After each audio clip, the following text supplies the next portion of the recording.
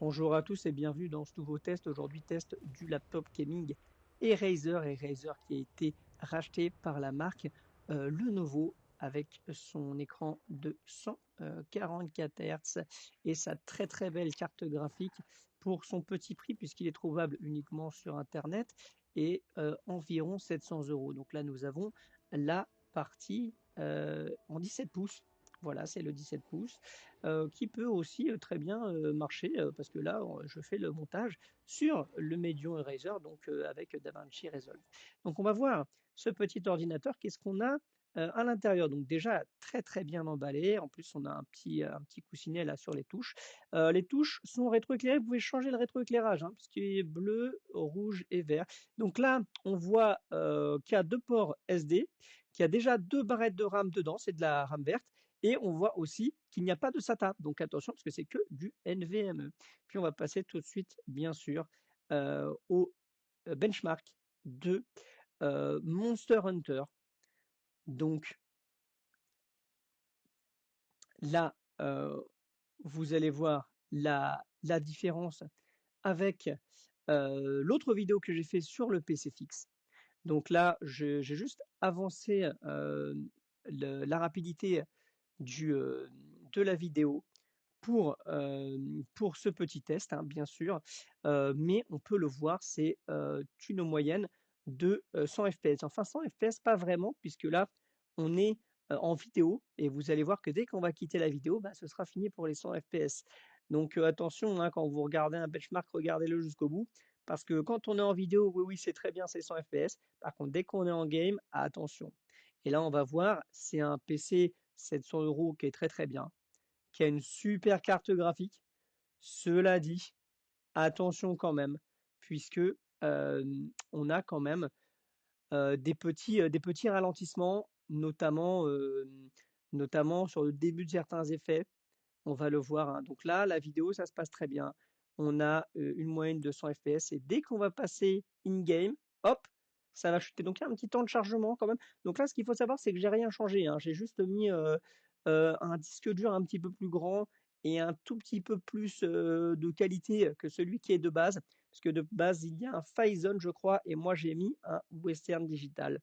Western Digital, donc à la base, le Eraser, il est avec un 512. Moi, j'ai mis un 1 Tera. Vous, derrière, bah, vous faites comme vous le souhaitez. C'est un, c'est un PC qui est vendu sans OS. Donc, vous pouvez mettre ce que vous voulez. Si vous avez envie de mettre un Ubuntu, ce que vous voulez. Il n'y a pas de souci. Donc là, on peut le voir directement.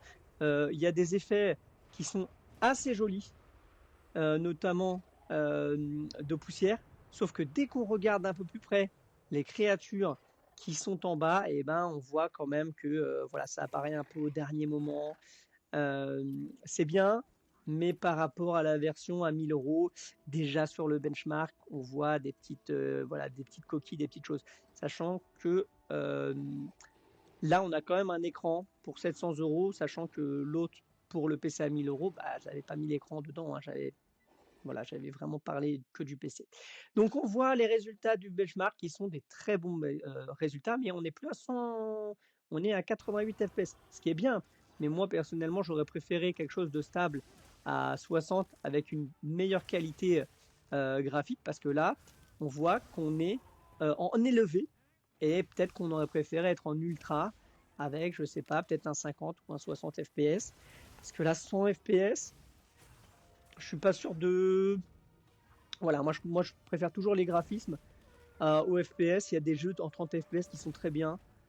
Donc là, on le voit, hein, les effets, ça ne bronche pas sur les effets, mais c'est juste au début de l'effet où il y a des petits ralentissements. Mais on le voit, il y a beaucoup d'éclairs. Donc là, on est sur le combat de l'Arkvel. C'est très intéressant. Pourquoi? Parce que l'Arkvel, bah, c'est un peu le monstre phare, hein, de ce nouvel opus de Monster Hunter Wild.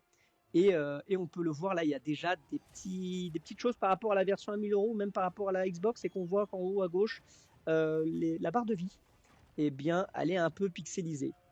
Elle est un peu pixelisée quand même.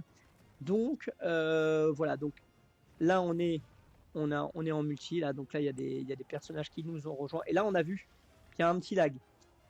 Il n'y a pas grand chose, mais il y a un petit lag. Par contre, ce qui est bien, c'est que les effets de lumière sont quand même très bien retranscrits. Là, on va le voir sur une perte de la queue du monstre, la queue qui va sauter. On va voir, hop, c'est pas tellement de lag. Donc là, on voit beaucoup d'effets de lumière, beaucoup d'effets d'explosion. Donc ça, c'est pour ça que c'est vraiment top de faire le benchmark et après de tester en jeu parce que bah, c'est toujours. Là, on voit des fois les benchmarks. Voilà, donc là, on a vu un petit effet de poussière au moment où la queue a éclaté.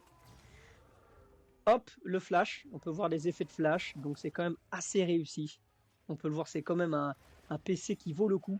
Cela dit, par rapport à la version Xbox, par rapport à la version à 1000 euros, je le mets quand même en dessous. Je le mets quand même en dessous. Dans le top, je mettrai quand même peut-être la version d'abord Xbox. Après, je mettrai la version à 1000 euros.